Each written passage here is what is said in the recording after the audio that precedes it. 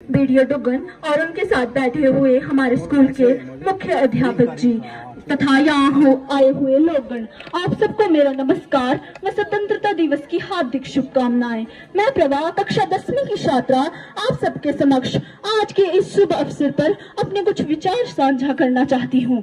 मुझे आशा है कि आप सब गौर से सुनोगे और उस पर अमल करोगे। आजादी दिलाने वालों का मानो एहसान, संभाल कर रखो ये है अपना हिंदुस्तान। केवल तिरंगा फहराना काफी नहीं होगा, देशभक्ति के गीत गाना काफी नहीं होगा, तैयार रहें देश की खातिर होने को कुर्बान।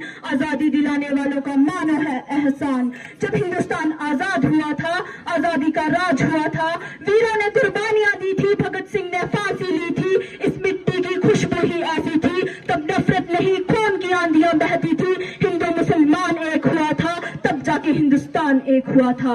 और आज इंसान छोटे छोटे टुकड़ों में बट रहा है, उसे एहसास नहीं परंतु स्वयं ही स्वयं के हाथों से कट रहा है। और एहसास होगा भी कैसे, क्योंकि आज उसके लिए नशा आराम है और लड़ना झगड़ना काम है। और फिर कोई उसे बुरा कैसे कहे, क्योंकि ये सब काम करने वाला आज का हर इंसान है।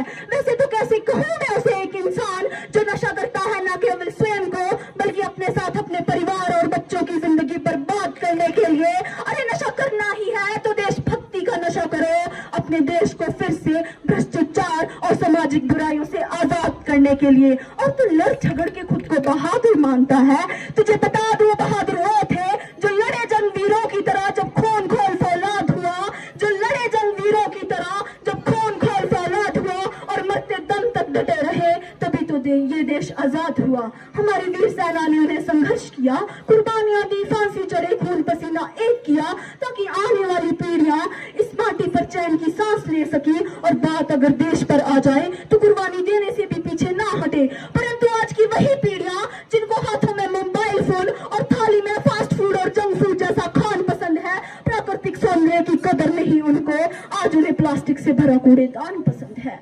आंखें खोलो, तुझे इसे अपनाना नहीं इसे मिटाना होगा। आंखें खोल, तुझे इसे अपनाना नहीं इसे मिटाना होगा। कठिन तो है ये परंतु कदम बढ़ाना होगा।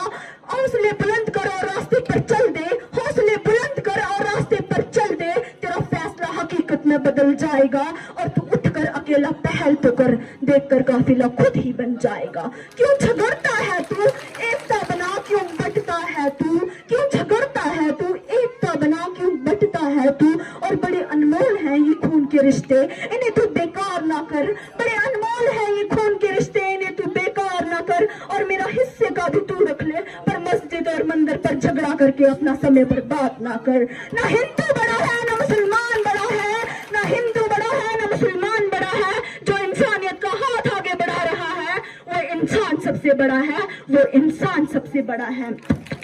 हमारे महान फ्रीडम फाइटर्स जिनकी वजह से आज हम खुली हवा में सांस तो ले रहे हैं, लेकिन कई सारे मामलों में हम अब भी आजाद होकर के आजाद नहीं हैं। जब तक हमारे अंदर नफरत, एक दूसरे की बुराई करने की भावनाएं खत्म नहीं हो जाती, तब तक ये कहना गलत होगा कि हम पूरी तरह से आजाद हैं।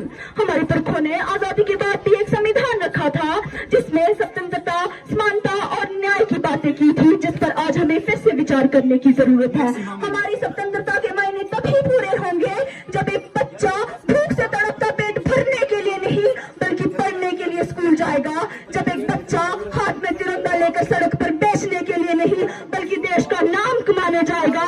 जब हमारी बेटियां यहाँ पर बिना किसी डर के जिएंगी, माँ बाप को हर आंगन में जगह मिलेगी, गरीबों को काम और मजदूरों को दाम मिलेगा, राह चलता व्यक्ति स्वच्छता में अपना हाथ बटाएगा, खाने को भरपूर अनाज मिलेगा। इन सब के लिए हमें बड़ी बड़ी बातें नहीं बल्कि छोटी छोटी कोशिशें करनी होंगी। इन सब के लिए हमें बड़ी बड़ी बातें नहीं बल्कि छोटी छोटी कोशिशें करनी होंगी। अगर सूरज की तरह चमकना है तो सूरज की तरह रोज उगना होगा और लगातार चलना होगा।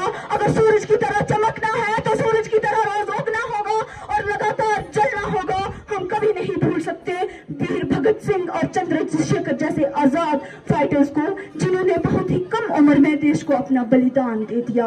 रानी लक्ष्मीबाई, सरोजिनी नायडू, जिनको अंग्रेजों के खिलाफ बगावत करने के लिए याद किया जाता है। आज भी जब रानी लक्ष्मीबाई को याद करते हैं तो मुंह से एक ही नारा निकलता है, खूब लड़ी मर्दानी होकर वो तो झांसी वाली रानी थी। उन्होंने कभी नहीं सोचा कि वो एक माँ है और